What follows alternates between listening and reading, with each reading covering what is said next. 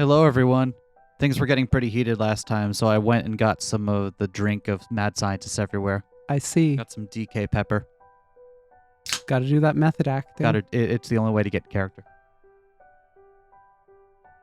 I actually am genuinely one of those people that Dr. Pepper is like the best flavor of a soda.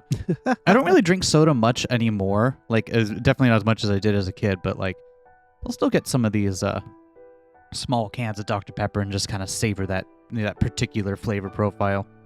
I like Moxie because it tastes weird as fuck. See, okay, so I can respect it, but also I don't understand it. Moxie tastes like garbage to me. I also like straight tonic water because it tastes bitter and makes my mouth feel odd. Oh, okay, so I'm not gonna judge you for liking Moxie, but I don't understand it. But you know. Anyway, yeah, I'm almost certain. I see. So this is how it's gonna be with the two of us in the end, huh? The bruises and wounds were bad enough, but the pain that ached in her heart was the worst of all. You know, I really did like her. Yeah. She was small, but so brave, and she always did her best to protect Big Sis Mayu. And I taught her a lot. I thought of her as like a little sister. Yeah. But now she's completely my enemy. Itaru straightened up her shirt sleeves. You know, you look like a slutty girl in an H game right now, Suzuha. Huh? What? Suzuha was caught completely off guard. True, her t-shirt only came down to just below her hips, roughly the length of a miniskirt. Her breasts were almost completely bared. The shirt's hem was turned up and she felt exposed. Well, I don't mind H games with slutty girls, and I don't think the whole naked except for a t-shirt thing is all that bad. You're being silly again. You could have gotten badly hurt. But Itaru shook his head. I got freaked out by that knife, but I don't think I really needed to be that scared. Unless I'm mistaken. Itaru rubbed the part of his neck where the knife blade was. When she had the knife to my throat, I could hear it, just a little. Hear what? She was probably crying. Huh? Crying under that helmet? After that whole battle with Suzuha while holding a knife to Itaru's neck? But why? So, don't you think it's too early to jump to conclusions? Dad. Hmm? Did you buy me that vanilla ice cream? Yeah, of course. I'd love to eat it. I'm a little bit tired. Oh, get out of here, mouse. And then she almost fell forward. What? Itaru managed to catch her before she hit the ground. Hey, Suzuha? I'm fine, but let me rest a little.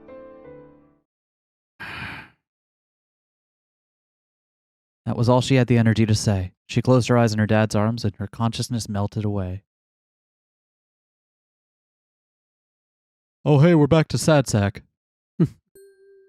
Man, that wasn't as long as I thought it was. We could have finished that last episode. It was going on for so long and I had no idea. You know what? Whatever.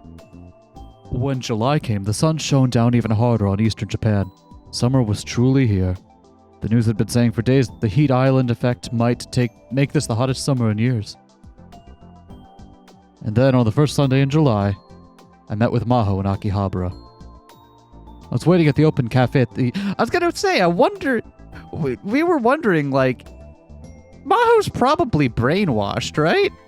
Or something. Or we were talking about like a treatment or something that's... She's definitely compromised, because if she hasn't been contacting Okabe to warn him about what she saw, and she was allowed to come to Japan with Leskinen. Not just allowed. It seemed like Reyes and Leskinen decided that you're going to Japan. Then they must have her in the pocket somehow, right? Yeah. Maybe it's just blackmail or threatening, but certainly seems like they were talking about something like that. Can we not get our phone? Guess not. I was waiting at the open cafe at the UPX when Maho arrived. She was a little late.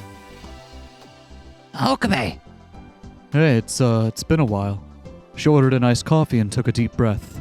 But, you know, we talk to each other all the time on video chat. That's right. It doesn't feel like it's been that long. Her habit of paying no attention to her clothes or looks hadn't changed at all in the last 6 months. People were going to think she was an elementary school kid who decided to go play at a friend's house. But it would upset her if I said that, so I never would. I had... That's how you know Okabe is in the depths of depression, that he's sensitive to others' opinions and Right? Oh, poor Okabe. not going to just say the stupid thing that pisses them off. I had no idea you were here. If I hadn't happened to see Dr. Leskinen, I never would have found out. I was gonna contact you once things calmed down. We needed to talk to each other about Kurisu at some point eventually. You're here about the new encephalitis cases? Dr. Leskinen is, at least. I'm his assistant, but I'm mostly in charge of Amadeus. Have there been any problems? I assume not, since I'm still getting my usual reports. Yeah, nothing really. Lately it's been a struggle to deal with Kurisu, though. Hey. Oh, that's why we can't call her. I heard a voice from my smartphone which I'd placed on the table. What do you mean by struggle? I'd left the Amadeus app turned on, didn't I? Of course, Kurisu could hear everything we said. She has gotten a little ruder since we first met. You're just afraid of me for no reason is all. Maybe. It was turning into our old relationship in the Alpha worldline where we'd fought all the time. I was starting to lose track of whether that was a good or bad thing for me. Thought I was trying to forget about Kurisu. You were pretty rude when we first met. That was, She's rough on people when she meets them for the first time. You know why? Because they refuse to treat me like I'm my real age. The two of them spoke in unison. So I always get upset. Once I get to know someone, they stop talking about my appearance, right? So I can speak more normally around them is all. I guess I was right not to comment on her outfit. That was a close call. Anyway, back to Amadeus. It's an interesting sign that Kurisu is developing a bit of a sharp tongue. The side of her she never shows to me or the professor, right? Maybe a sign of how much she's opened up to you. I have not. Unfortunately, we all know that was exactly what happened when she opened up to Okabe. Maho simply smiled and ignored her. We can analyze those psychological changes as code. This is a change we never would have seen if she'd only been speaking to me and the professor. That alone means we were right to keep you on as a tester. Is that how it works? Dr. Leskinen was very impressed by this, too. I think you're giving him too much credit. In fact, whenever he talks to me, he's always complaining. He's not very manly, you know. Well, I knew my personality had gotten a bit negative. Especially given what I've been through. But did she really need to say that to Maho right now? An eye for an eye it is, then. By the way, there's something I hadn't told you yet. What is it? It's something I don't think you or Dr. Leskinen are aware of. Wait, what are you going to tell her? Something Maho and the professor don't know about me. Does the phrase Kuri Gohan and Kamehameha mean anything to you? Hey! A few weeks ago, I'd actually searched for Kuri Gohan and Kamehameha on a whim. It was the handle Kurisu had used on that channel when she was still alive. And what I'd seen the comments started in the summer of 2008, then abruptly stopped in July of 2010, and then started up, again in December of that same year. It's canon. It's canon. She still shit posts under the same pseudonym and everything. So just to be clear, this isn't in the anime or anything. It's not. That was legit me spitballing. Yeah. So, like, we're doing a delicate dance here where we're dancing around some stuff we know from the anime, and some of it is like legit speculation. So, but no, that was completely just out of the blue. Even now in July 2011, they were still appearing.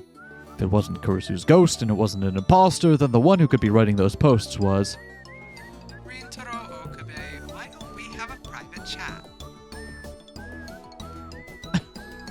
So it was you after all. Don't you think it's a bad idea not to tell them? It's an even worse idea to tell Maho. Why? Because I haven't breathed a word to her about me going on @channel. Why hide it? It's not a crime to read or comment on @channel. But it should be. I mean, it should be, but isn't that right, @channeler Kurisu? Listen, call me that one more time and I'll start making up gossip about you on @channel. That's practically a crime, though.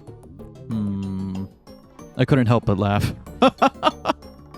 Conversations like this brought back so many memories. I used to be so full of myself that I'd tick off Kurisu all the time. Hey, what are you talking about? Nothing. Don't worry about it. Delete all your memories of today from your hippocampus, please. You can hide it, but she's going to find out eventually. You just shut up. You two have gotten a lot closer over the last 6 months. Maho, I'm sorry. Oh, why are you apologizing? No, just it's been so long since you and Okabe have seen each other, and I'm doing all the talking. So why don't you two take some time and chat? That's not what I meant, but... It's all Okabe's fault for saying something weird, isn't it? What? Is that true, Kurigohan and Kamehameha? Please don't say that. Just like the real Kurisu, she was strangely obsessed with hiding the fact that she was an @channeler. I need to go cool off a little, so I'm gonna hang up. Bye. Kurisu disappeared from the screen. So wait, that implies she has unrestricted internet access It and is not does. being monitored. I It wonder does. if that's a thing that she is straight up has a reason to hide now. Yeah, like if she has some suspicions about what Leskinen is doing. Yeah, or even just that they don't know she's using the internet. Yeah. Really. Kurisu had been kind of rude lately, so it felt good to have a chance to get back at her. If I overdid it, she was probably going to hold a grudge, so it was likely a good place to stop. You think we're going to stop there? You think we're going to stop there? Any message? Nope. Oh, we do have to stop there. So, what's Curry Gohan? If you really want to know, ask her. If I explained it, she'd probably get mad and refuse to talk to me again. So how long are you going to be staying here? Might be longer than last time. Barely know anything about the new encephalitis Dr. Leskinen is researching. It's possible I'll be sent back on my own, too. If you got time, visit the lab. I'm sure Daru and Mairi would love to see you. Mairi, sure, but I don't know about Ashida. Maho was finally starting to understand Daru's true nature. Speaking of Daru, he should be on a date with Yuki Amane right now. By the way, what happened to Kurisu's laptop? Oh, I destroyed it. Huh? It's the best thing I could do. Explained that to you before, didn't I? Yeah, you're right. She looked down, a sad expression on her face. Told her I was going to do it ahead of time, but it still must have upset her to see one of the last things she had to remember Kurisu by destroyed. Well, there you go. That was the answer to what we were... Because they didn't make it explicit, but... And now they did. Yep.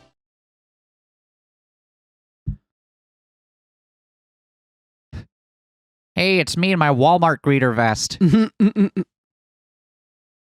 About half the seats at Go-Go Curry were full. It was Sunday, but it was also after 2 p.m., and so the lunchtime rush was over. Suzuha was sitting at the restaurant's far edge, a baseball cap pulled down over her face. She was hiding her face with the cap and carefully watching a couple sitting nearby. Oh, wait, is this that scene? I don't know what you're referring to. I don't remember if that was in this one or if we've already seen it or not, but... I would like Go-Go Curry, though. Me too. Would you like to be the clerk? Here you go, your Major Curry. A cheerful employee put down 2 giant silver plates, or trays more accurately, in front of them. Suzuha could see the other customers looking at them and whispering. The couple really stood out after all. The man was a giant who looked like he ate Major Curry all the time, but the woman was slim, pretty, and looked very kind. The combination of huge man and slim woman was as unbalanced as the combination of pretty girl and Major Curry. The Major Curry was big, it was huge. Suzuha knew from experience. The massive silver trays were loaded with rice and curry and topped with 2 fried cutlets, fried shrimp, sausage, a boiled egg, and a mountain of cabbage. There were 2 or 3 times as much curry as you'd find in a normal dish, and the toppings were just as big.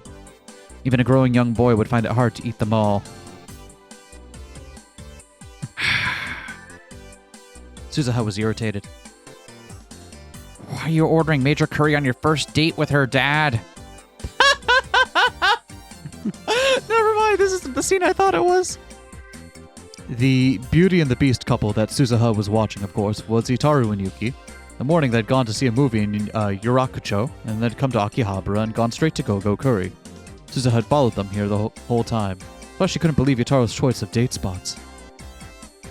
Suzuha, maybe chill? The fact that you're alive means that whatever your dad was doing worked on Yuki, so maybe give him some credit, right? I don't mind Gogo Curry at all. In fact, I like it, but this is your first date. There are other places you could have gone. At least he actually, asked her out, right? Mhm. She clutched her spoon tight and gritted her teeth. Suzuha knew next to nothing about Japanese youth culture in 2011, and even she knew it was a bad idea. Who knew what was going through Yuki's mind? Or so Suzuha thought, but... Wow, it's even more amazing than the pictures. Aww. Yuki excited to look at Curry. Yuki very excited to be looking at... She's going to pass her love of looking at food down to Suzuha. That's why Suzuha loves corn. Surprisingly, Yuki was ignoring the people around her and innocently enjoying the huge curry. Amaneshi, if you can't eat it all, I'll finish it for you, okay? Okay, thank you, but I'm actually pretty good at this. Yeah? That's a surprise. And actually would always just come and look at the menu outside. I always wanted to try it. I'm glad you brought me here. Thank you. I'm glad to hear that. Huh? Suzuha had evidently worried over nothing, but still, she realized that Itaru was acting strangely. Ever since he'd come out of the movie theater, he was walking and talking strangely. Instead of his usual hunched posture, he was forcing himself to stand up straight. His every movement seemed oddly forced, as if he were a broken robot, and he drowned glass after glass of water.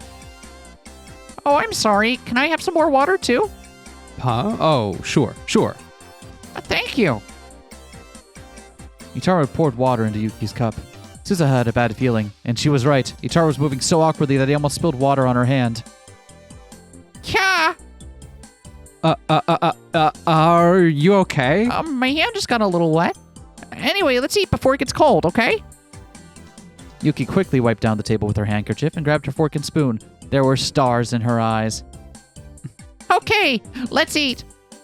Let's eat. Yuki seemed to be really enjoying her meal, but Itaru was very formal and quiet. Just taking little nibbles out of a piece of fried cutlet like a squirrel eating a nut. The whole time they weren't saying a word. What are you doing, Dad? Mom's not going to want to be around you if you're like that. She decided to send a message on Ryan telling him to get his act together, and she just taken out her phone when... Here's your major curry with extra roux. Huh? A huge plate was laid on the table in front of her. The other customers started murmuring again. Come to think of it, when she followed them into the store, she'd ordered her usual major curry with extra roux, and then forgotten about it. Now everybody was going to focus on her. In a small shop like this, it was suicide. Huh? Just as she expected, her eyes met Yuki's. Suzuha! I didn't realize you were here. Yeah, what a coincidence seeing you here, Yuki, brother. You should have said something. No, I didn't even notice you, really. She realized that she should probably leave, but she couldn't go on without at least taking a bite of the major curry in front of her.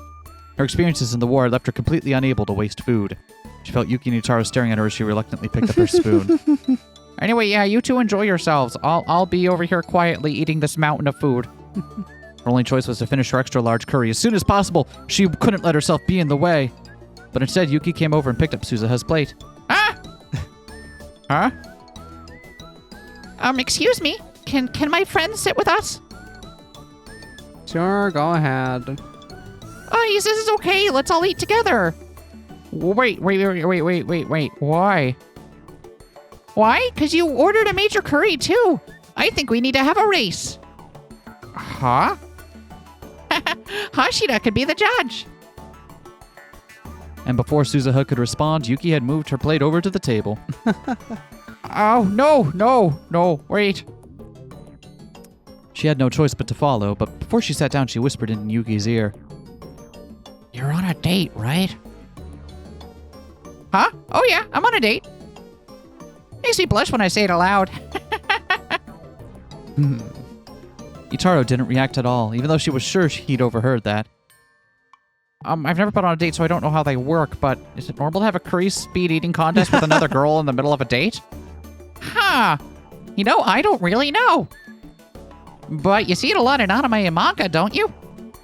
A little sister who doesn't want to lose her big brother runs up to the girlfriend and says, "Let's have a competition." For some reason, Yuki seemed incredibly enthused. Suzuha was overwhelmed by her energy. I don't know anything about that, but is that how it works, brother? But even when she turned to Rintaro for help, he just awkwardly sat there eating his curry like a robot. Brother? He awkwardly turned his head to face her. The rest of him stayed completely still. Did you say something? What's wrong? You're acting weird. I am not acting weird. I am not acting weird at all. Suzuha glanced back at Yuki. And for the first time, Yuki looked concerned. In the end, Yuki and Suzuha did have their curry eating contest, and surprisingly, both of them completely finished their meals.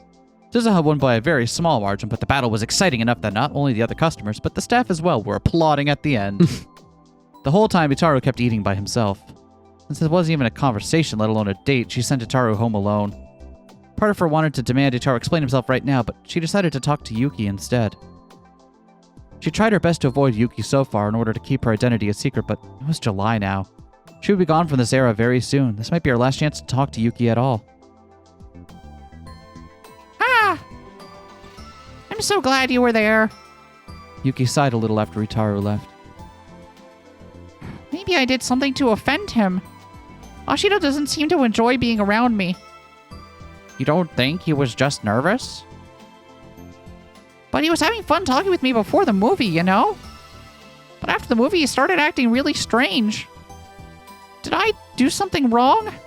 I asked him to take me to the curry place, but since he was acting like that the whole time, I wasn't really sure what to do. And so since you happened to be there, I turned to you for help. What had happened inside the theater? Suzuha hadn't followed them inside. She spent about 2 hours killing time outside. Hey.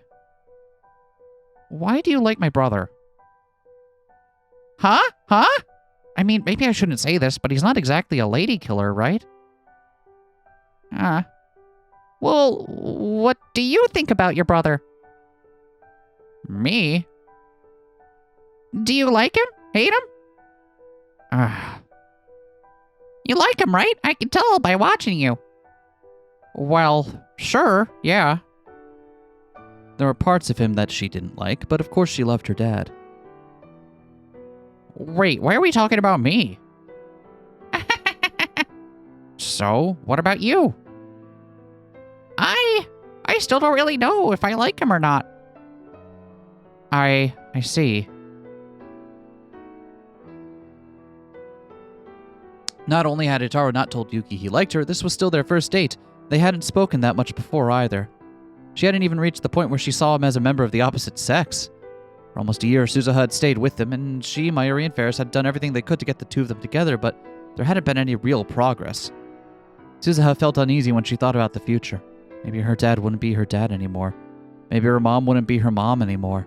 Dad and mom wouldn't be together? She imagined that future. I don't want that. She looked straight into Yuki's eyes. I'm going to be leaving soon.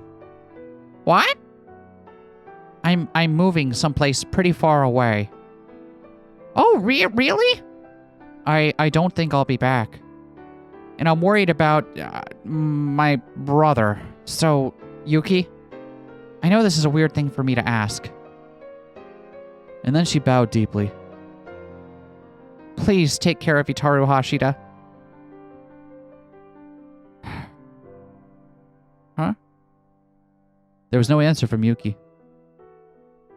Suzuha looked up afraid and tried to gauge the expression on her face. She looked kind of lonely and kind of sad. I don't know what I want to do, Yuki whispered, and then Suzuha.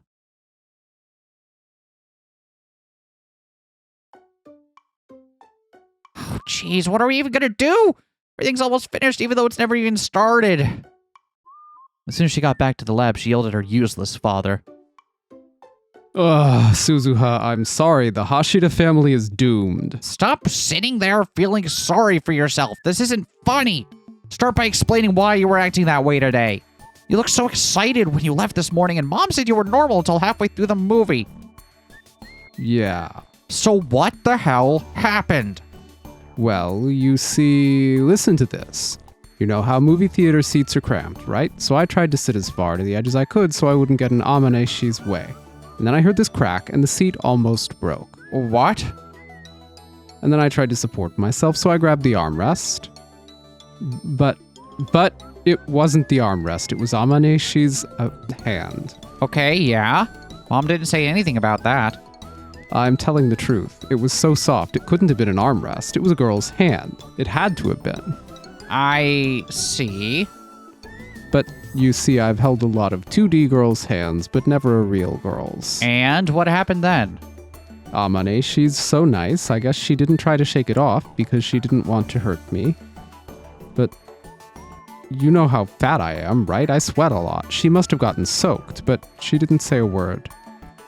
And so I really started to think about that. Oh, I see. That's why you were acting so weird. I'm sure in my mind, Amaneshi was going, "Get off me, you creepy loser pervert." Mom's not like that. In fact, from the way she was acting, she probably thought she'd upset him somehow. The problem was that what she'd said. I don't know what I want to do. What did she mean by that?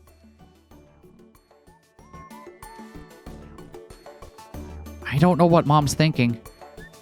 Suzuha, let's give up on Mom, and you can live with me. You're not making any sense. How am I even supposed to be born?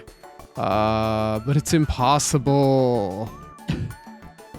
How come you're not even trying? If things look bad, you have to keep going. She grabbed her father by the collar and shook him.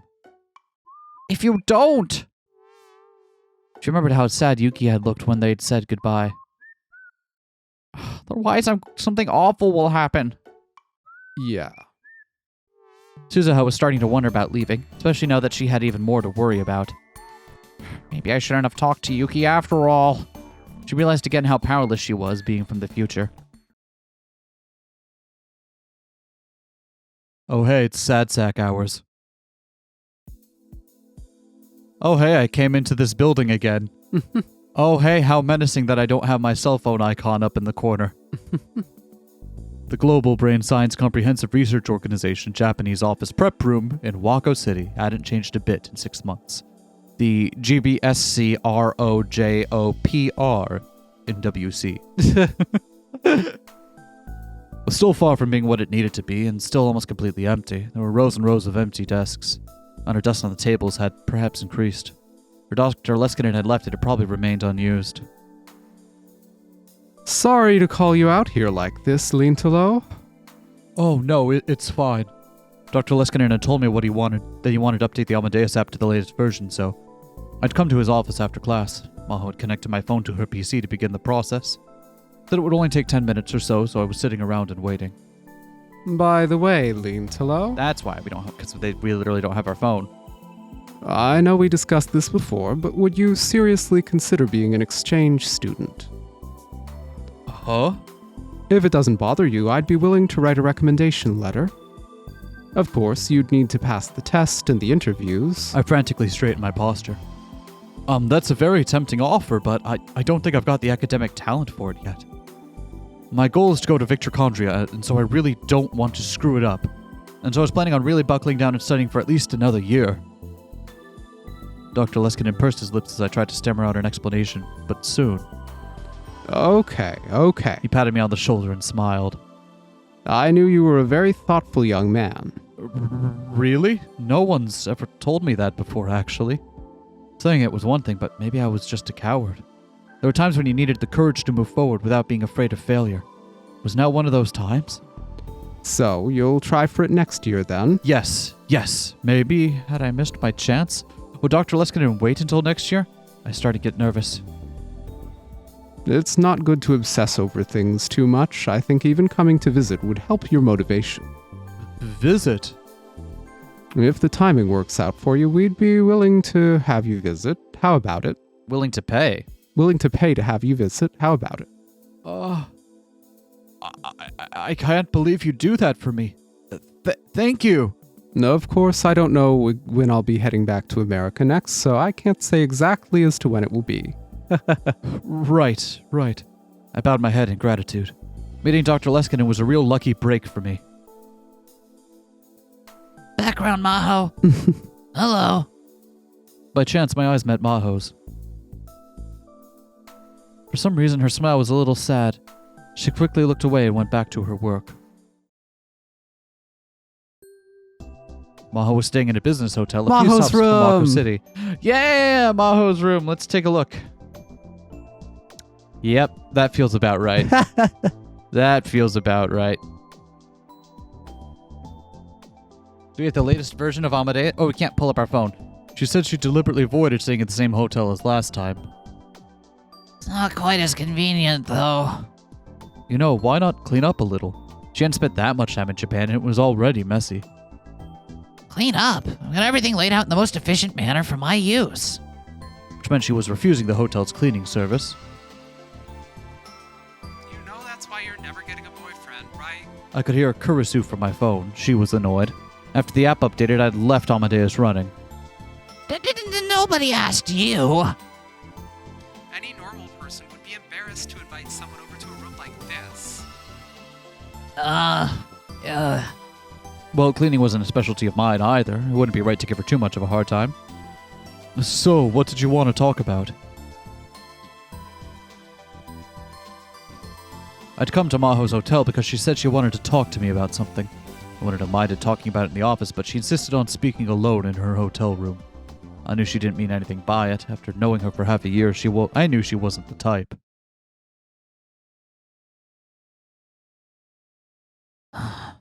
Maho looked like she was having trouble finding the words she wanted to say. You still haven't told me the truth about what happened to Kurisu. Oh! I quickly shut down the Amadeus app. And I want to ask you about the time machine, too. Can we restart it? No, we can't. The time machine. You're the one who said that Kurisu was involved in Dr. Nakabachi's paper. Was she really working on a time machine? How should I answer that?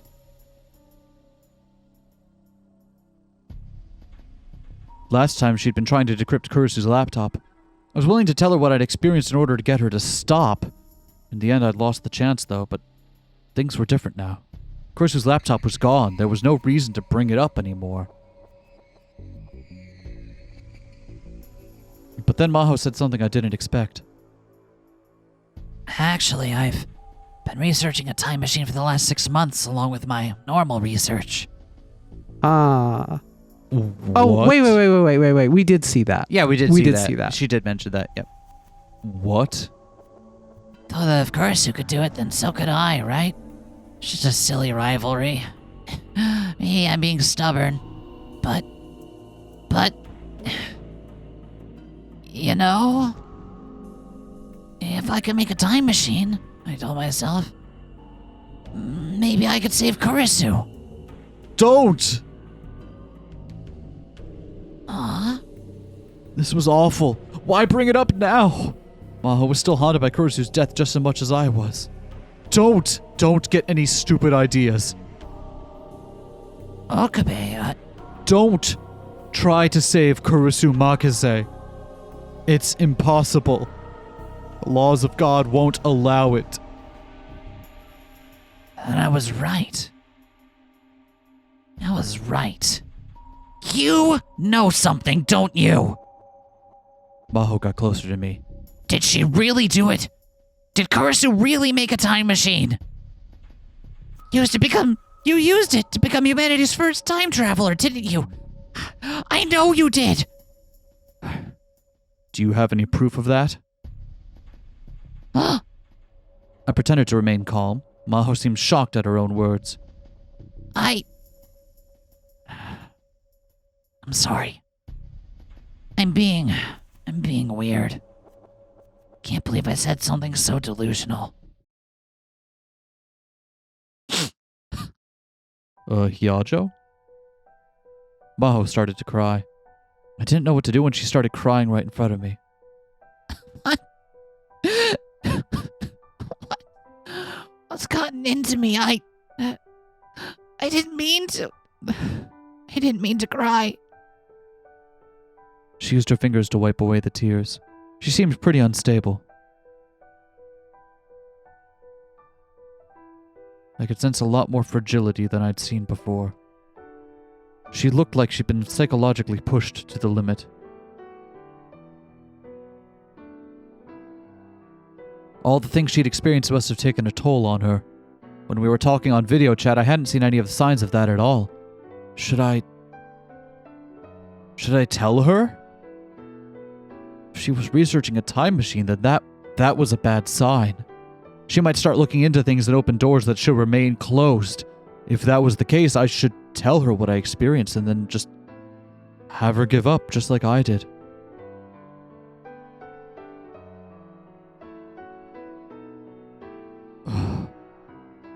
Fine. I'll tell you what I experienced. But you have to promise me you won't tell anyone. And I will say this one more time. Do not get any ideas about saving Kurisu Makise. Do you understand me? She nodded as she wiped away the tears.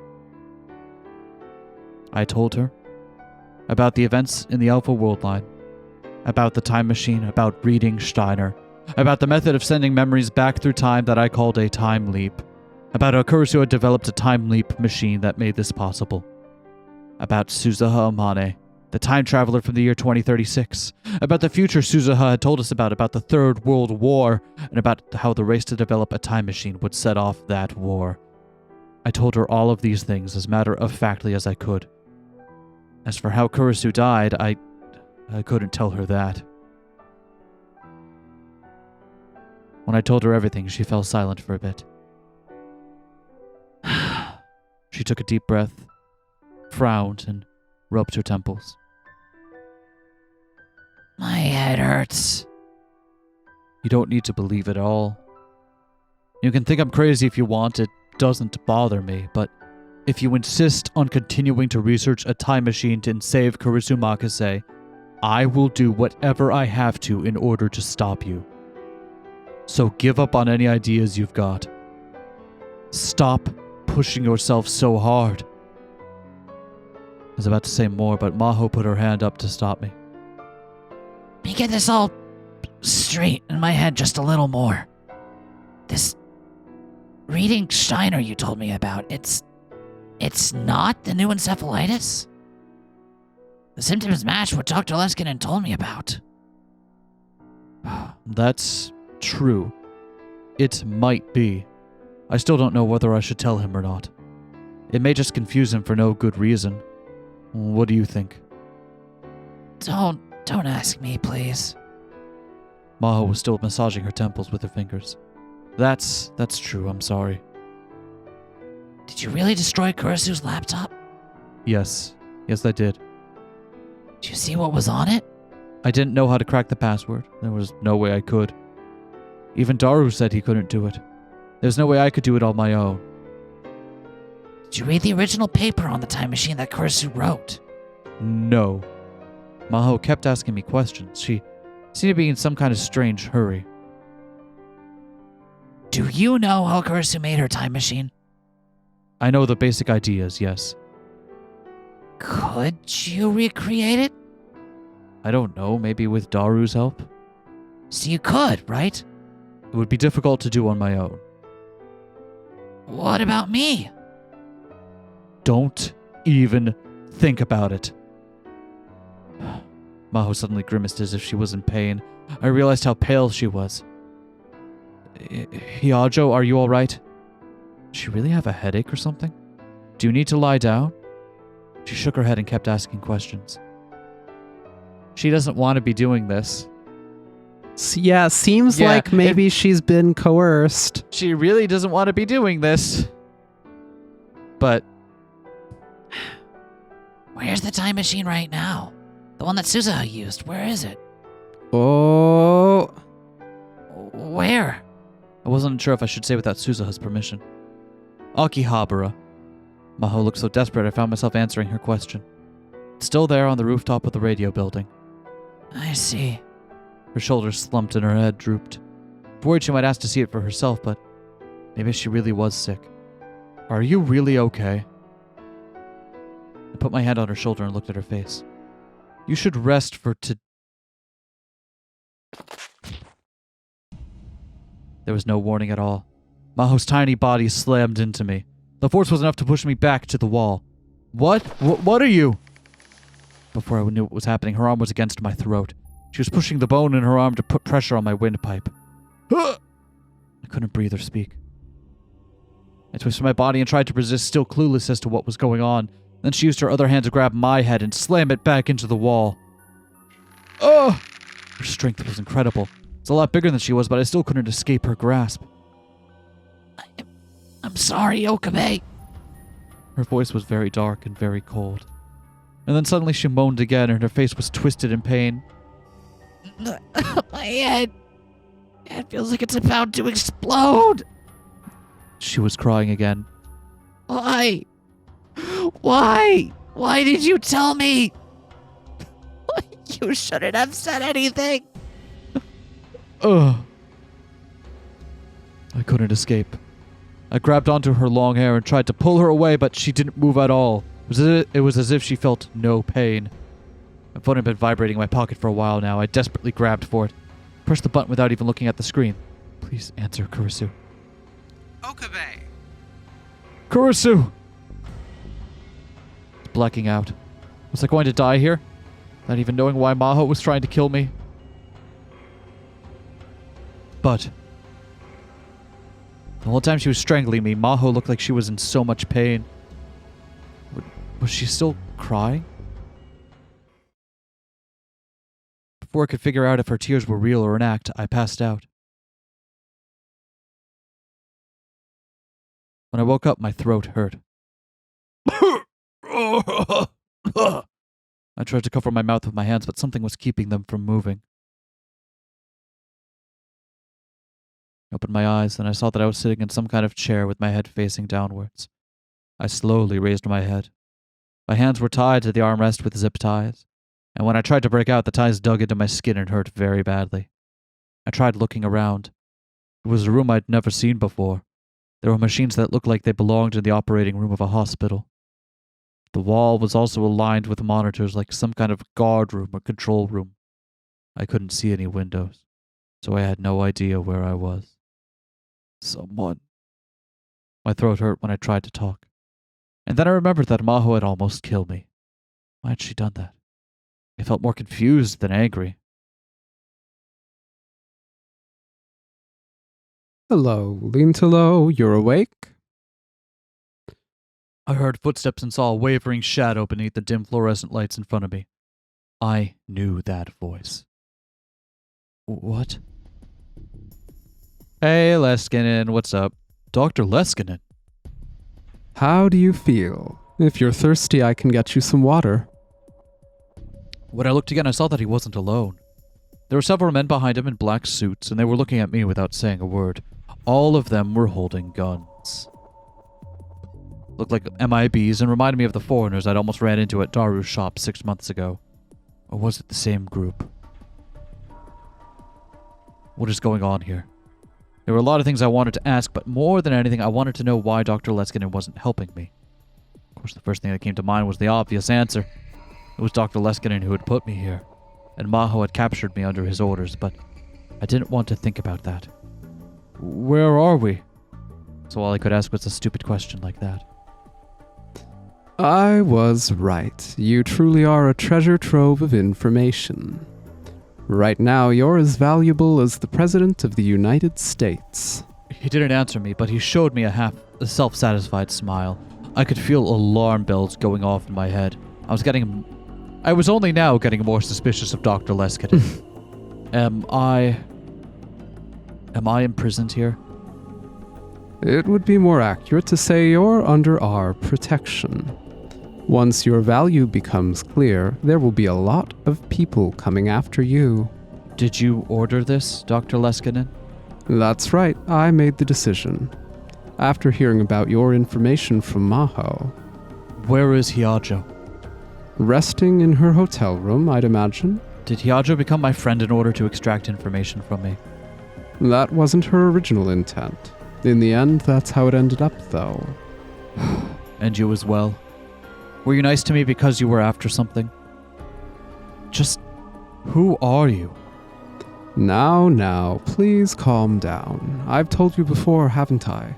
A scientist must remain calm at all times. Excitement is only allowed when the experiment is a success. Instead of feeling calm, Dr. Leskinen's attitude was pissing me off. I felt betrayed. There was rage, frustration, sorrow, and a lot of other feelings all mixed together as I gritted my teeth. Dr. Leskinen ignored me and gave a brief order in English to the other men. They left the room. Only Dr. Leskinen and I remained. Now then, Lintalo, I'll tell you about my other job. Your other job. It was then that I remembered the other worldline I had been sent to. Shimoyama had told me an American organization had demanded that I be turned over. Are you with the CIA, the NSC? But Dr. Leskinen only chuckled. Don't compare me to those idiots. They're just a bunch of useless government employees. Are you aware of an American civilian intelligence company called Strategic Focus? Strategic Focus? I'd heard of them before on a conspiracy theory site that the old me used to read all the time. That reminded me. Stratfor? The best conspiracy theory that I heard this week. Yeah? Someone had cooked up a whole theory with all this elaborate justification that McDonald's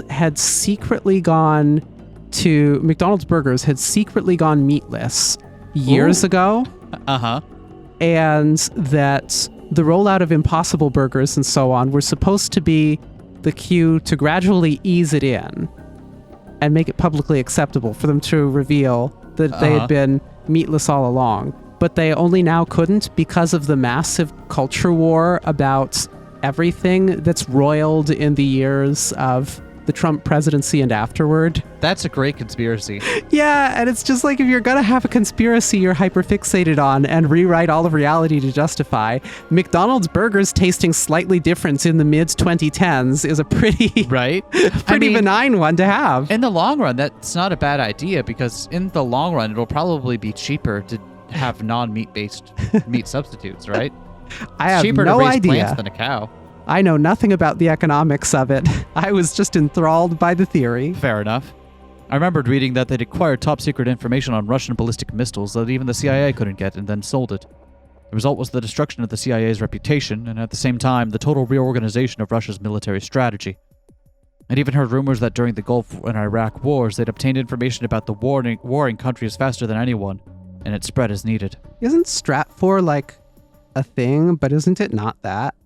Probably. A lot of the science adventure conspiracy stuff are rooted in real life conspiracy theories or targets of conspiracy theories. Oh, interesting. Nope. This is as it is. Strategic Forecasting Incorporated, an American strategic intelligence publishing company founded in 1996. Yeah. For some reason, I thought Stratfor was some part of U.S. military intelligence, like for actuals, and I was wrong. No, but I mean, the conspiracy theories around them.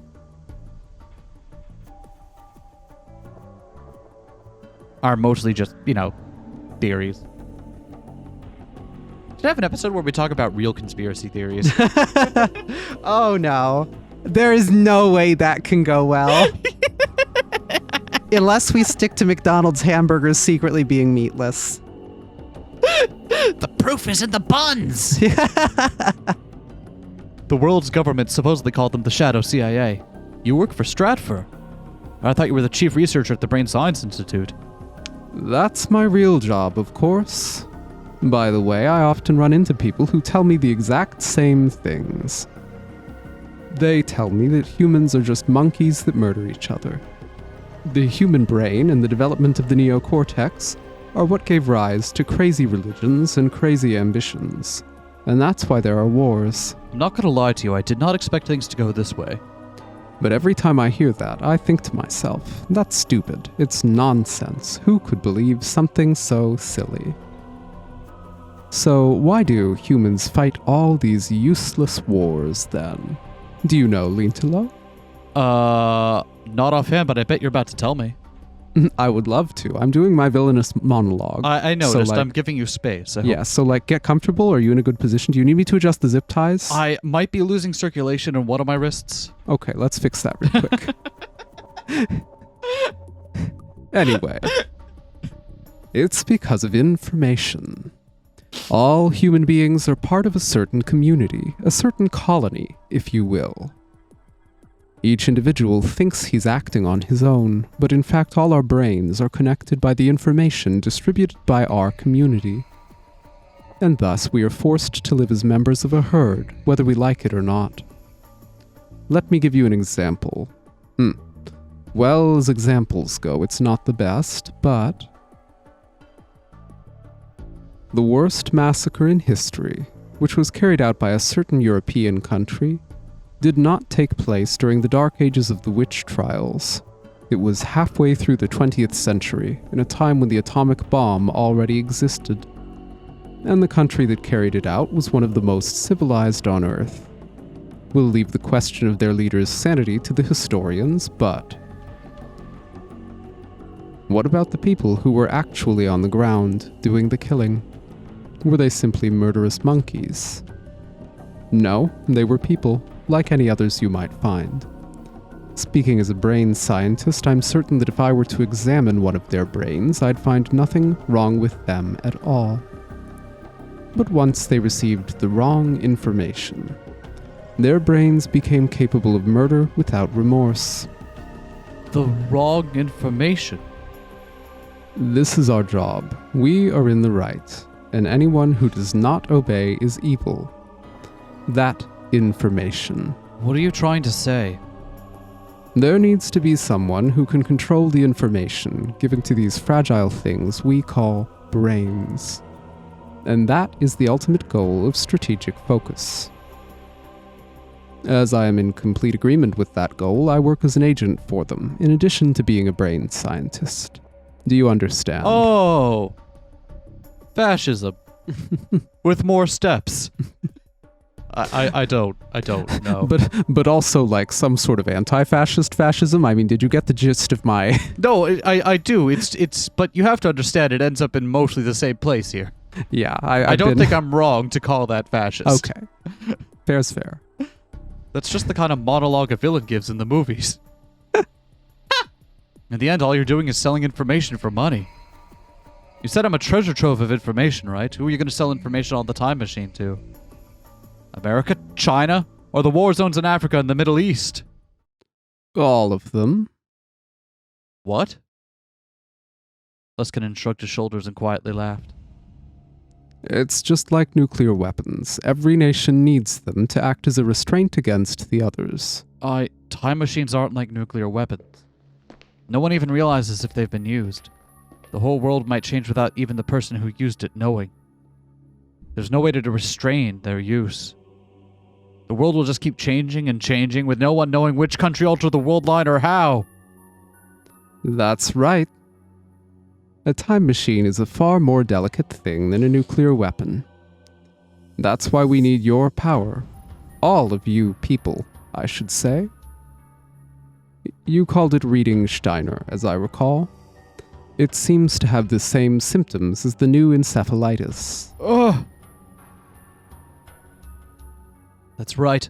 Leskinen was researching the new encephalitis, too. We'd reached the point where we realized that the patients may be capable of detecting changes to the past, but we wanted proof. So does every intelligence agency in the world. They're desperately searching. Oh! I hated myself for not realizing the possibility sooner. I'd always had the wrong idea. I thought the reason the new encephalitis patients were being brought together was just to give them meaningless treatment. But I was naive, too naive. Leskinen and Stratford's goal was to gather people with reading Steiner and study them. Oh, sorry about that. Maho just told me all about your amazing abilities. I had originally just hoped to get information about Kurisu's successes. But instead, we even got information on the new encephalitis. You are wonderful. This puts us a step ahead of the rest of the world. Ugh. And why didn't you tell me about this sooner? If you had, I wouldn't have had to do so many things to your friend Katsumi's brain. What? What? What? Katsumi? Katsumi Nakase? Did he mean Fubuki? And I wouldn't have had to use the procedure on Maho's brain either. Even Hyajo? Is that why she was acting so weird? She's your assistant, right? She respected you. She looked up to you. How could you use her in a human experiment? It was necessary to acquire information that will benefit all of humanity. And there's no need to panic. Both Maho and Katsumi will survive with only minor impairments to their brain functionality. You're insane!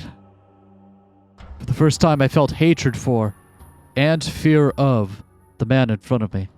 I couldn't believe that this was the same man I'd respected so much. If we investigate the brains of patients who've contracted reading Steiner, I'm sure we'll learn more.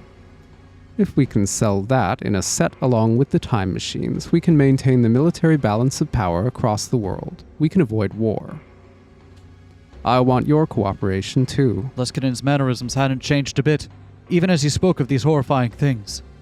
He spoke of these insane things in the same manner that Maho once described as like a mischievous child's. You tricked me, didn't you? You approached me just because I was friends with Kurisu. You tried to get information about Kurisu from me. I don't think I ever tricked you. It was a coincidence that we first met. It's true that a major reason I asked you to test Amadeus was your relationship with Kurisu. But it's also true that as I got to know you, I really did take an interest in you. I still wish you could be my assistant. It's really funny that the meeting was literally a coincidence. But that's a separate matter. Remember what I said, you're as valuable as the President of the United States himself right now. I need to prioritize the company's work over my private feelings. For the sake of humanity's future peace. I'm so sorry, Lintalo, but at the same time, I'm excited. I can't wait to see all the information you possess. Go to hell. I'm going to take a copy of your memory data. Your memories are going to be used in the Amadeus system. Interesting idea, right? That way, even if you die in an unfortunate accident, your memories will remain. Oh, don't worry, I'm not interested in killing you. Humans have far weaker security than Amadeus. Once they taste pain, they'll gladly share information to escape it. Their security, when it comes to keeping secrets, is practically non-existent. Torture doesn't work on Amadeus, which means it will be far more difficult to deal with than you. The only reason I'm taking the memory data is to have a backup. Even if, for example, you were unable to endure the torture and went insane. In the near future, we'll be able to download your memories back into your brain. You attended my lecture, so you know this, right? We'll start by getting that memory data. And then you're going to tell me all kinds of things. We're going to be busy. Now relax. Otherwise, I can't extract the data correctly. Let's get in you. Don't make that face. No one is coming to help you. This place is under Stratfor's control. No one knows about it but us. No one. I was too stunned to think. There was nowhere to run. My knees shook in terror as I imagined what was about to happen to me. Maybe it would have been better to die. And then I felt sick to remember that I was fated not to die until 2025. If no amount of torture could kill me, This was literally hell. Well, shit. Fated not to die until 2025? I don't remember. Did that come up? Was that from original Steins Gate? That might have been from original one, yeah. Because I don't remember hearing that recently, at least. It was either at the very beginning of this or in Steins Gate. Maybe it's something Suzuha told him as she came back. Maybe. Her head hurt. Maho knelt down, closed her eyes, and bit her lips to shut out the pain. There was an annoying noise in her head that wouldn't go away. It made the headache worse. No matter how much she covered her ears, she couldn't block it out. She wanted to scream from the pain, but she held it in because she thought it would only make her headache worse. She could hear a voice mixed in with the noise. It was Dr. Leskinen's. Listen, Maho, you need to find out Okabe Rintalo's secret no matter what it takes. If you can't, I'll have to kill him. You don't want that, right?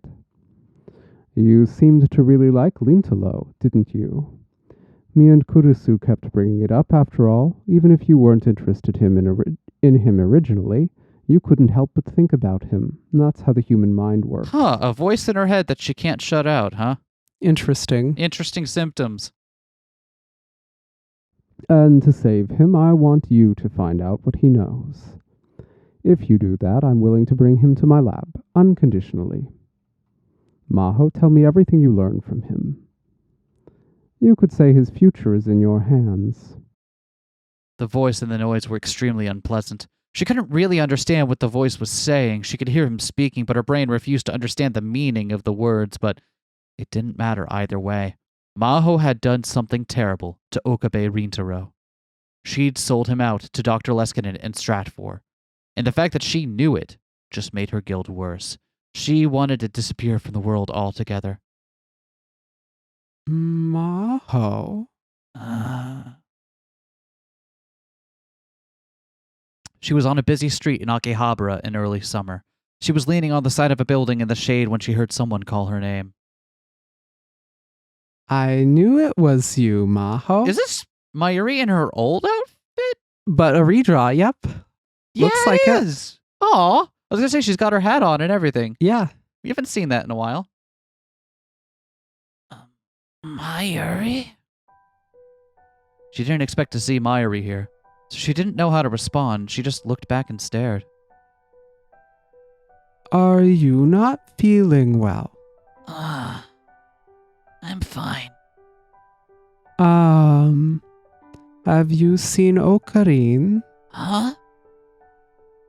Maho went completely still. Mayuri's innocent question reminded her of her own stupidity and cowardice. Why? Her voice was shaking. I haven't been able to get a hold of Okarin since yesterday. He hasn't gone home, he hasn't picked up the phone, and he's not answering text messages or Rhine. Daru says I'm worrying too much, but something doesn't feel right. So I left school early today, and now I'm searching around here. And before Mayu, she just vibe checks her way into Stratfor. Right? Hey, remember... Again, who's the most emotionally intelligent person in the cast? It's Mayushi. She knows the vibes are wrong. It has enough high enough charisma score to just like, okay, nat 20. Yep, just nat 20 her way through it. It was still only July, but it was pretty hot. She'd been wandering around all of Akihabara. Had she been wandering around all of Akihabara in this heat? Mayuri Shino was a kind and pure-hearted girl, and that was the impression that Maho had. She would never betray someone or get jealous or let someone use her. Do you want to know? Huh? Mayuri leaned forward. Maho, do you know where Okarin is? If you know, please tell me. Please. She bowed deeply. I see. And then she realized. And then she wished she hadn't. Mayuri was in love with Rintaro Okabe. A dull pain ran down her temples. You seemed to really like Rintaro, didn't you? She could hear the noise in her head. Just tell Mayuri everything and then have this innocent girl tell you how horrible you are. Maybe you'll feel better then. The idea raced through Maho's mind. Even as she knew it was wrong, she tried to hold back her headache as she opened her mouth. I was with Okabe late last night. Were you? So where is he now? Maho ignored her question. This is what he told me last night. No. He told me about another world he experienced, where you, Mayuri Shina, had died again and again. Huh? Don't tell her. Doesn't she already know, though? Yeah. No matter what he did, he couldn't save you. Can't tell her this. To escape that nightmarish loop. To save you. It was like another person was speaking using Maho's mouth. Okabe sacrificed Kurisu. He let her die. That is what he told me. If he makes a time machine and tries to save Kurisu again, he'll go back to all of that. You're hurting her, but the words didn't stop. Okabe is so afraid of that. He's doing everything he can to protect you. This is the world he chose after sacrificing so many things to protect you. I'm sure he didn't tell you any of that, though. That's not true. No. Okarin. Mayuri was too shocked to speak.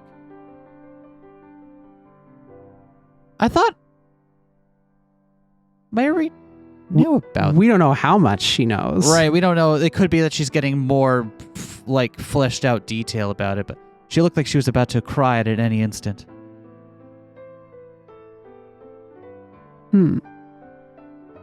Suddenly, Mayuri turned around and started to walk away with slumped shoulders. Even from behind her, Maho could tell she was having trouble walking straight. The truth was so cruel that confronting it threatened her very identity. That is how it seemed to Maho. Maho was still in a trance. It felt like there was a fog covering everything she saw. It was all out of focus, like a mirage. If someone told her it was a dream, she would easily believe it. The same was true of her own mind. She knew she should feel worse about what she just told Mayuri, but while she realized she'd hurt her, she felt no emotion. That was probably why she was able to say something so awful. And then the phone in her pocket began to vibrate. She looked away and saw it was from Amadeus, from Kurisu. She felt a small, thin needle prick her paralyzed heart. Wokia. Oh, what a phone brand. She couldn't answer it. How could she? She stared at the LCD screen, unable to move her fingers even a centimeter. How could I answer it? But can we answer it?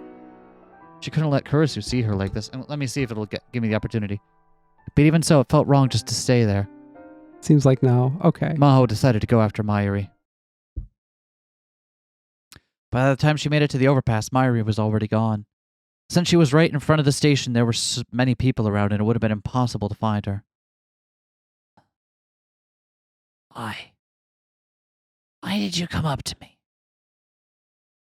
If you hadn't talked to me, you wouldn't have had to suffer. Not who I used to be. She looked down over the station from the overpass and whispered to herself.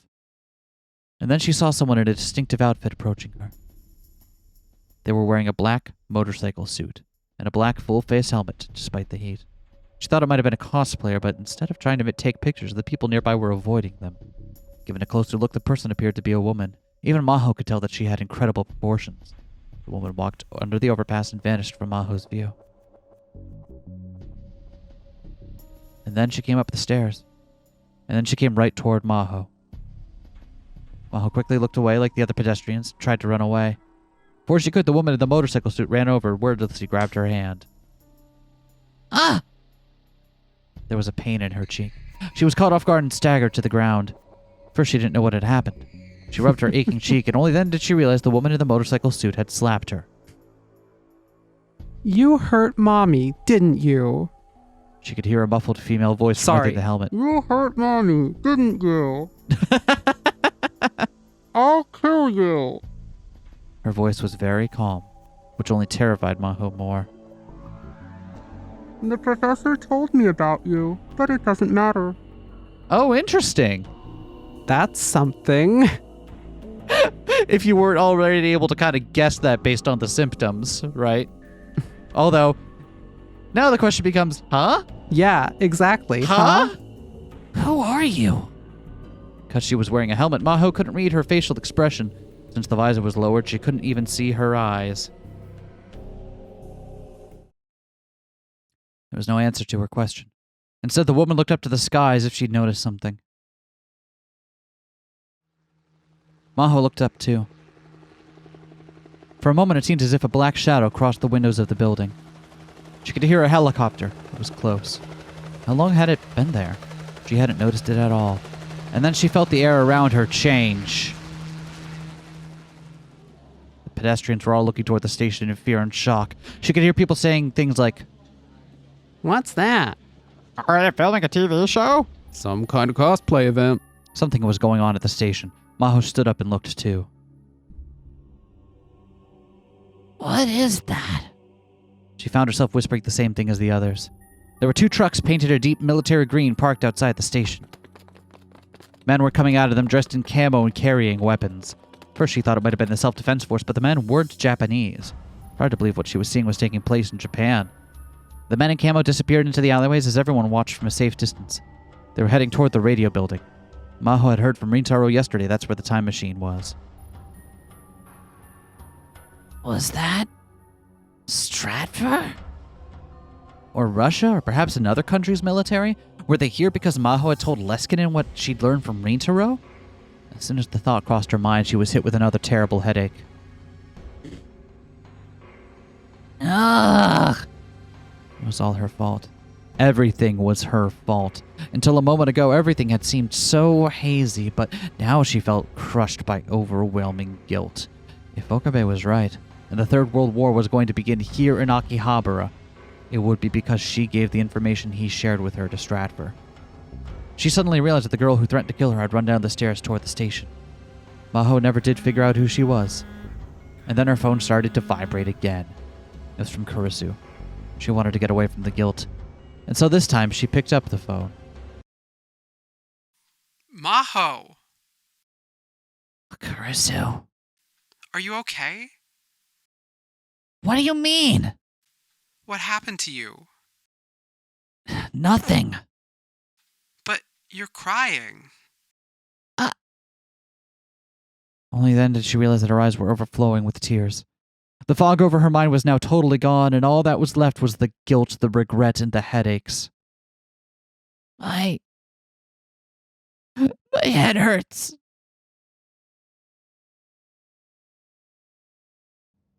You could say his future is in your hands.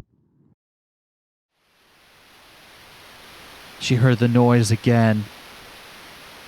Where's Okabe? What happened to him? Who cares about Okabe? You tried to kill him. I saw it. Leave me alone. I can't do that. Just leave me alone. I couldn't beat you. No matter how hard I tried. I could never be better than you. You know, Kurisu, I respect you. You're younger than me, but I think you're an incredible scientist, but at the bottom of my heart, this is what I used to think. Why did you have to show up? Why didn't you just come 10 years before? Why didn't you come 10 years later? If it weren't for you, I would have had a more peaceful life. These awful feelings wouldn't take control of me. Everything I thought I knew, you destroyed. And even though you're dead, you're still here. I want to just be sorry that you're gone, but I can't. You're still this wall that I can never overcome. And my pride and my stubbornness get in the way. The man I trusted the most took advantage of that to betray me. And I betrayed a friend who trusted me. Can't even think straight anymore. So leave me alone. Maho. She was getting far too emotional. Normally she'd never behave like this, but she couldn't stop herself.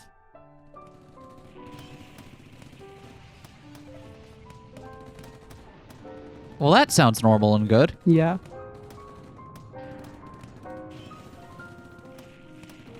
I like the way this scene is framed compared to how it's shown in the anime. This bit right here. And this is different than what happens in the anime. It's Is it not? similar to what happens in the anime. I imagine we'll see multiple variations Yeah, of events. But I like how it's kind of out of focus in the background. Yeah. She heard an explosion in the distance. The people around her started to scream, panic, and run. The flames from the explosions were coming from the direction the men in camo had gone. Did they do it? The helicopter sounds were getting louder. Glimpses of their dark, agile bodies flashed in and out of Maho's vision for a little while now. And then she started to hear loud gunfire. It's more than one or two people shooting. There was a battle going on between many people, taking place here in front of Akihabara Station. It was like the beginning of a war. What Rintaro had said was true. Suzuha Mane might be near the time machine, and she might be caught up in the battle. She wondered about the woman in the motorcycle suit, too. She started to stagger forward. She still didn't know what she was planning, but she needed to take responsibility for what she'd done. The elevators in the radio building were broken. Maho had no choice but to take the stairs to the roof. But maybe the power had been cut because the lights were off on every floor. She could hear sporadic sounds of gunfire from the floors above. Strangely, no one came running past her to escape. There were several shops in the building, and of course, there should have been customers there, but despite the fact that the elevators weren't working, they all evacuated earlier, or were they all hiding somewhere and waiting for the terror to end? That was what she thought as she sweated her way up the stairs. Just before she reached the roof, she saw someone for the first time.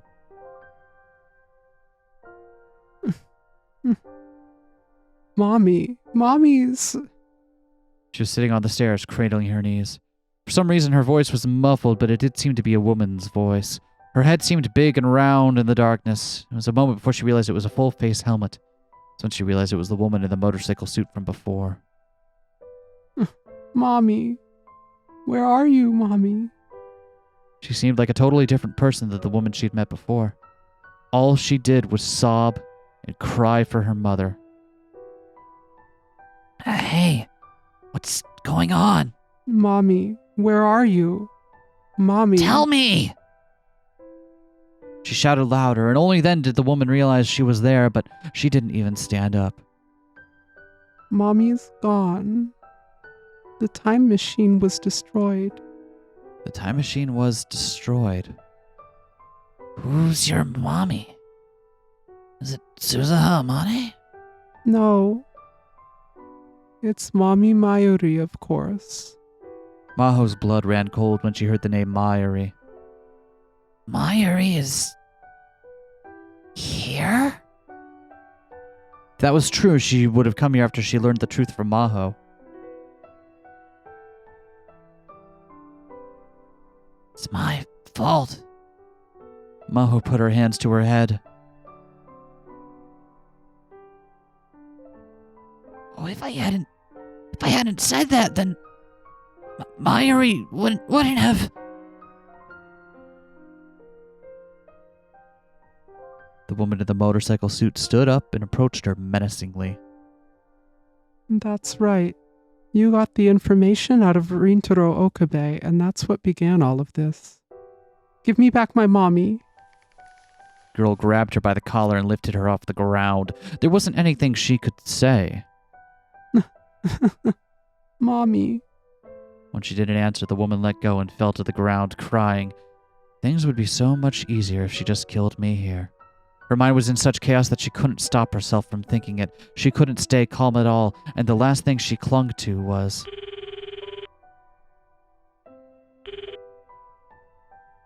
Kurisu. Maho. The AI made from Kurisu Makise's memory data. Maybe she was still thinking about their last discussion because she seemed upset. She wasn't saying anything, so Maho gave up the last of her pride. Kurisu. What do I do?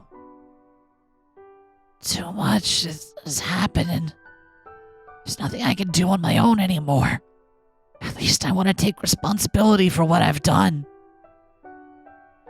And then she realized that she was still being proud, and she corrected herself.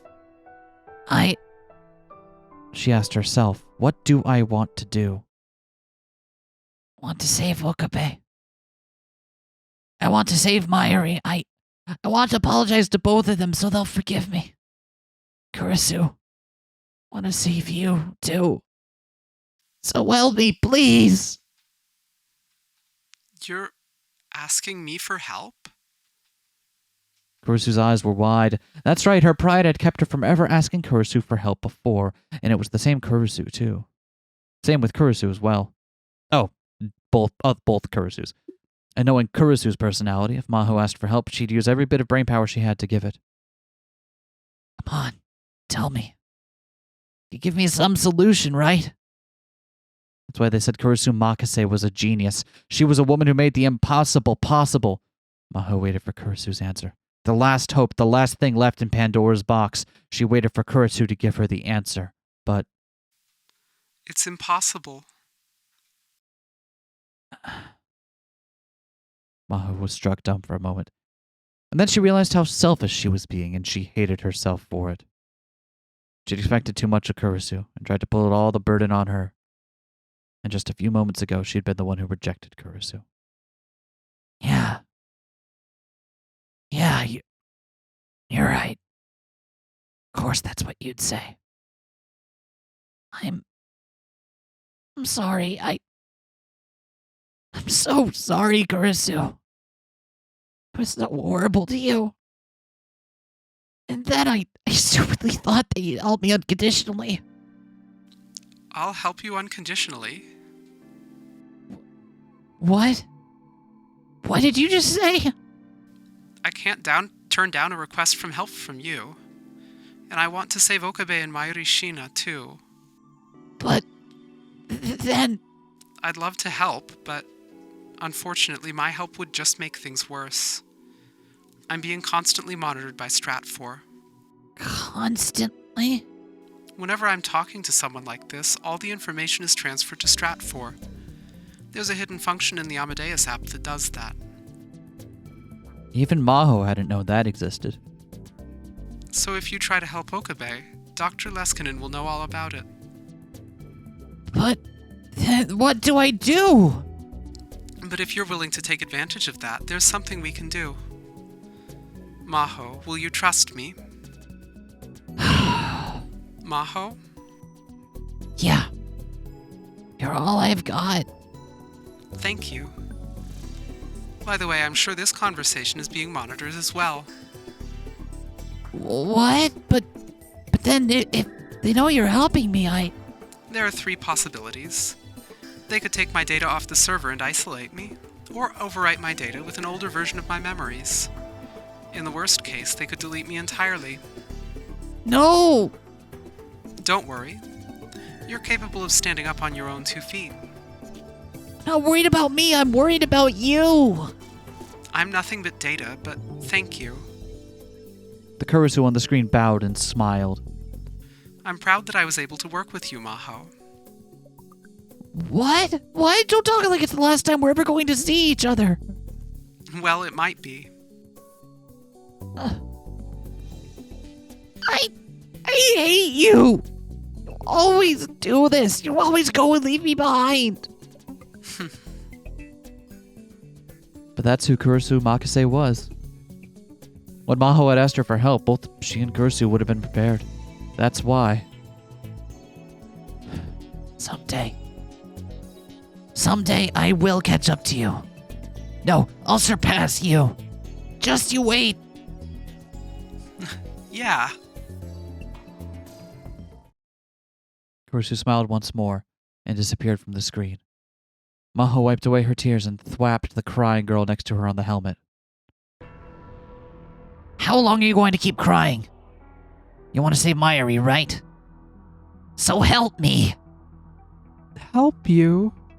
First, we need to find Okabe. You should be able to show us how to get out of this.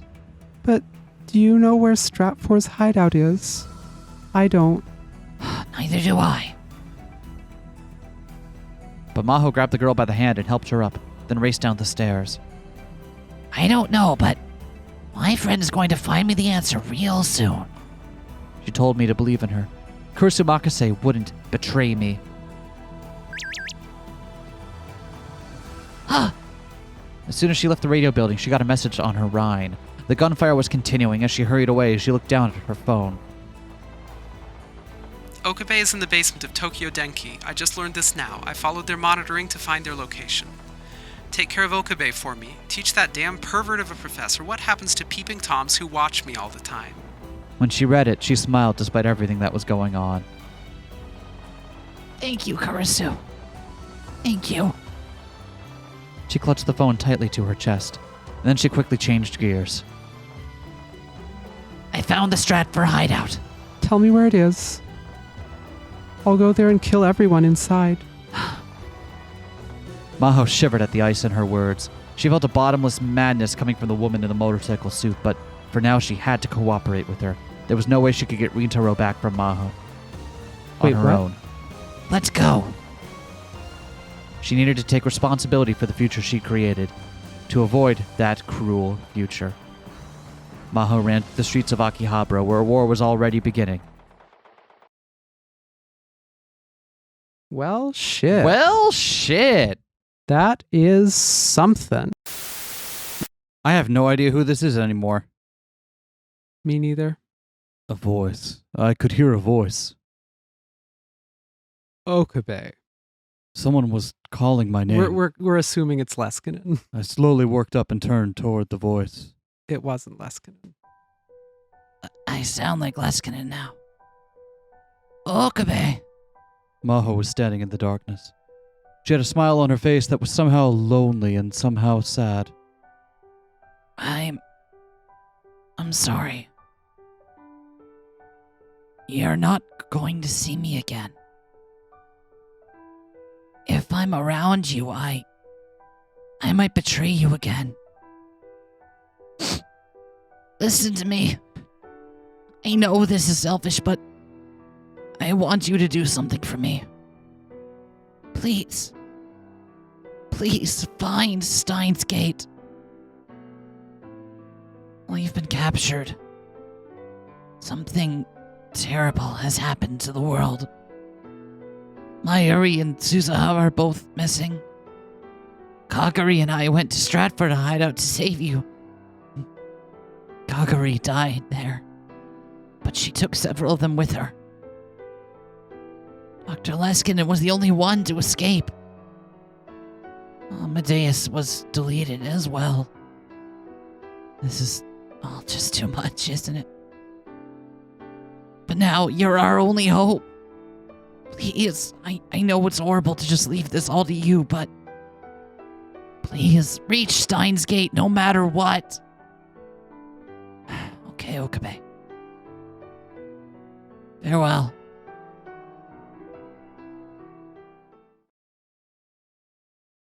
Hyajo!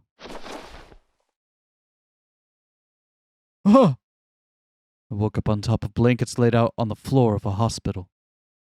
Huh? The rooms and even the walls out in the halls outside were overflowing with wounded people. There weren't enough beds, so there were blankets placed on the floor. Where was I? I thought I was back to the other world line with the war, but I wasn't. According to the news on TV, there had been a terror attack in Akihabara. A special forces group from another country had gone on a rampage, and it was like something out of a war. The incident had come to an end, and the mystery special forces unit had disappeared, but many were dead or wounded after the battle. I didn't really remember how I got here. Last thing I remembered was being locked up and horribly tortured by Leskinen. My whole body ached, in fact. Okay, Okabe. Farewell.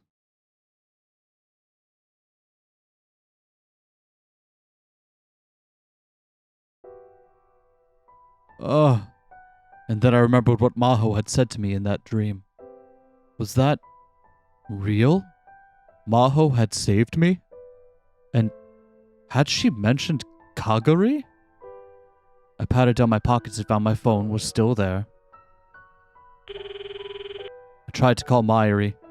If that dream was real, then Mayuri was missing, but that was impossible. I'd chosen this world line so that Mayuri would survive. Oh no! Ugh, time for the post-temporal stress disorder Oh to no! But he got to the world line where Mayuri lives, and then unrelated to world line Lines shenanigans, just still Mayuri has dies. died for different reasons. kick in. If nothing else, it was guaranteed she'd make it to 2036. She couldn't die today in 2011. Mayuri, answer me. Although, wait. Is this a different world line now, then, if she does indeed die? I'm wondering if that's enough to change the world line, yeah.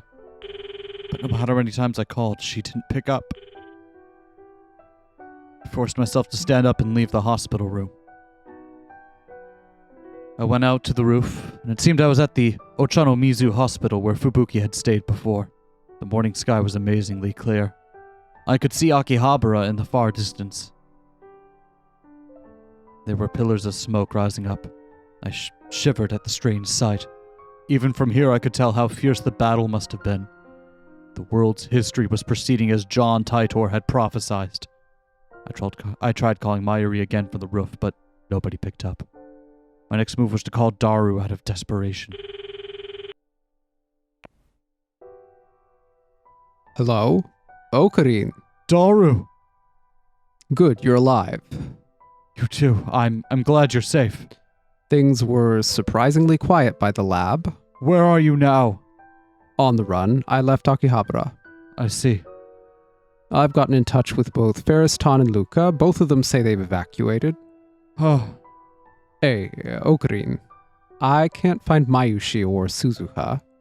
And the time machine was completely destroyed yesterday. There's nothing left, not even a piece of scrap.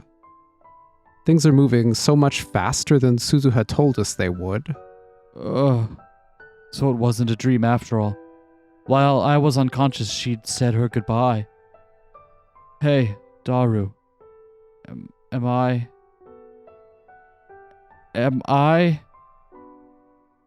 not allowed to live a normal life? I was ready for this to happen. I'm the one who chose a world where the Third World War occurred instead of Steins Gate, but I never thought I'd survive and everyone else would die. This isn't fair. The laws of God never going to forgive me no matter what? Was it that much of a sin to escape the wheel of fate? If it was, then why not just curse me? I'm going to make a time machine. Daru. I don't have a choice. I can't let it end this way. What are you going to do, Okarin? Smoke was still rising over Akihabara. I stared at it in shock. The tears welled up. I fell to the ground. I didn't have the strength to stand up. I couldn't answer Daru's question, no matter how hard you try, no matter how much you work to change things. Everything converges back to the way God wants it. You're wasting your time struggling against it, Daru. I'm so tired. I need to sleep a little. There's still a few years before the Third World War really begins, after all. And there's 14 more years before I die. I'll live my life averting my eyes from reality and not wasting my time with a fight that can't be won. It's the only end that's fitting for a person like me. I'm sorry, Maho. I'm sorry, Mayuri. I'm sorry, Kurisu. Forgive me for giving up here. Damn. Shit, I knew we were close to the end, but holy shit. Oh, that's our first ending! It is. That's a good first one, too. That is a very good first one. So after we started and had already kind of I was looking up a route guide, and there is like a recommended route guide. I don't know where we fall based on that, but after this, I think I'm going to default to the recommended guide I found. That makes sense. Yeah, but I'm glad we got to this first one on our own. This one seems like a really good one because it sets up the stakes very well. Now we understand exactly, we understand, not exactly, but we know that there is something more going on, that Leskinen has, Leskinen's motives are tied to Stratfor, right? Yeah. That's where his allegiance lies. We know who the woman behind the motorcycle helmet is. Yep. And we know what she's trying to do. Interestingly, we only got the smallest glimpse of one of his accomplices, Judy. Yeah. She only showed up for just the briefest moment. And we saw what their technology was capable of doing with what happened to Maho. Mm-hmm. We still don't know how Kagari ends up the way she does. Right? We still don't know a lot start of making things. some educated guesses at this point. What did you say? We still don't know a lot of things. Yeah, there's still a lot of things we don't know. But I'm so glad we made it here. This is great. Yeah, I feel like this is a good first one as well because you're going to want to talk to Amadeus, the cool AI thing, a bunch. Yep. And that leads you to ruin as you gradually discover that things are not what they seem with the brain science research lab that makes this AI. Oh yeah. And it's like kind of baiting the player into going Right? down this route and seeing how things can go wrong. I mean, of course, all the endings before the final one are going to be bad endings of a certain, but this one certainly seems very bleak. I think there's something to the fact that Okabe's at the end is, talking about purposely averting his eyes from the world. And in some way, like, if you're always talking to Amadeus Kurisu, like, purposely ignoring the fact that she's not there anymore, and that he killed her. That's a good way of looking at it. You're so right. Yeah, trying to fill this void inside himself by purposely ignoring replacing her with the AI of the memories she left behind. Oof. Yeah. Not a good Whoops. one. Anyway, I guess we're just going to append that to the end of the previous episode, because that was only 10, 15 minutes? Yeah. Yeah. Okay. So thanks for watching, everyone. Extra was added to the... Oh, yeah. This is great. Oh, we got everything. New item was added to tips. What new item was added to tips? Hold on. As long as we're here, as long as we're recording, this might not make it in here, but let's To tips. Clear list. Oh, the endings. Oh, I see. So these are all the endings. That's looks like the Leskinen ending. Okay. CG library. I keep getting achievements for just opening these menus. I like how this is styled like old fucking Apple ass. Yeah, it looks like exactly like old iTunes. It looks like iTunes circa 2012. I love it. Sound? Oh, hey! Wow. I keep getting achievements for opening every single one of these things. Let me go to the store. It won't let me go to the store. If only. Oh, this is just the same thing. Okay. Yeah. Tips. What is so special about tips? Look, I opened the tips list. Oh, we haven't looked at any of the tips in this one, have we? We haven't looked at any tips, so we don't know what new thing got added. Yeah. Phone wave, name subject to change.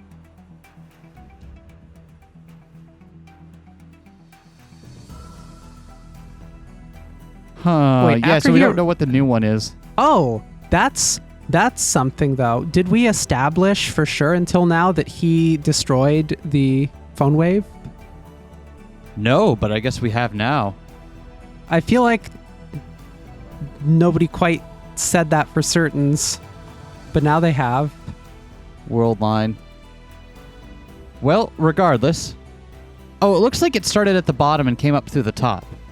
Because Legal Loli, I remember coming up at the very beginning. Yeah. So I think what we got was... Oh, these are all I think we got future entries for all the gadgets. future gadgets, yeah. Okay. Because we got the Ghost in the Ball, Silum Saber, Bellambu Helicam, Bit Particle. I think what we got was the... I think what it added were the future gadgets. Okay. Yeah. All right. Well, that's it. Thanks for coming along, everyone. We'll see you next time for the next round.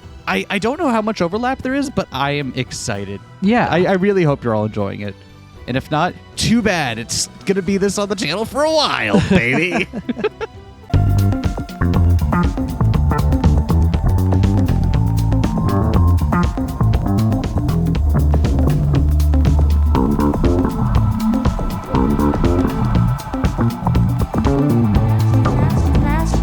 Smash that like, comment and subscribe.